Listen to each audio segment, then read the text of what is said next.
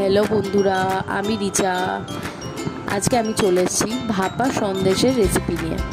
তো আজ সামনেই তো দুর্গা পুজো, তো ভাবলাম ঠিক আছে তাহলে চলো ভাপা সন্দেশ বানানো যাক।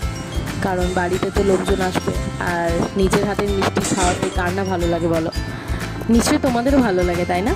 তো তাহলে চট করে দেরি না করে বানিয়ে ফেলো ভাপা সন্দেশ। এমন কিছু ইনগ্রিডিয়েন্টস চাই না, খুব সহজেই বাড়িতে বানিয়ে ফেলতে পারবে ভাপা সন্দেশ। তো তার জন্য লাগবে ছানা বা পনির, তোমরা যে কোনোর মধ্যে একটা নিতে পারো। আমি যেমন পনির নিয়েছিলাম। তার সাথে লাগবে গুঁড়ো দুধ, চিনি আর একটু লিকুইড দুধ। এগুলো দিয়েই হয়ে যাবে।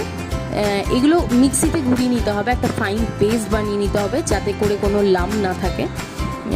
কারণ লাম থাকলে খেতে ভালো লাগবে না সে জায়গায়। তো একটা পাত্র নিয়ে নিয়েছিলাম, যে পাত্রটা আমি ভেপারের জন্য দেব, মানে ভেপারে যেটা দেব। তো সেখানে আমি একটা অয়েল পেপার নিয়ে নিয়েছিলাম। অয়েল পেপারের মধ্যে আমি অয়েল ব্রাশ করে নিয়েছিলাম। তোমাদের যদি অয়েল পেপার না থাকে, তোমরা না নিতে পারো অয়েল পেপার, কোনো প্রবলেম নেই। তোমরা অয়েল ব্রাশ করে নেবে পাত্রটার মধ্যে, তারপর ব্যাটারটা দিয়ে দেবে। ব্যাটারটা দিয়ে 20 থেকে 25 মিনিট রাখলেই রেডি ভাপা সন্দেশ। কেমন লাগলো জানিও, বাড়িতে অবশ্যই বানাবে। আর ভালো লাগলে ভিডিওটা একটা লাইক করে দিও। সামনে তো দুর্গাপুজো, সবাই আসবে, তার জন্য কিন্তু বানাতে ভুলো না।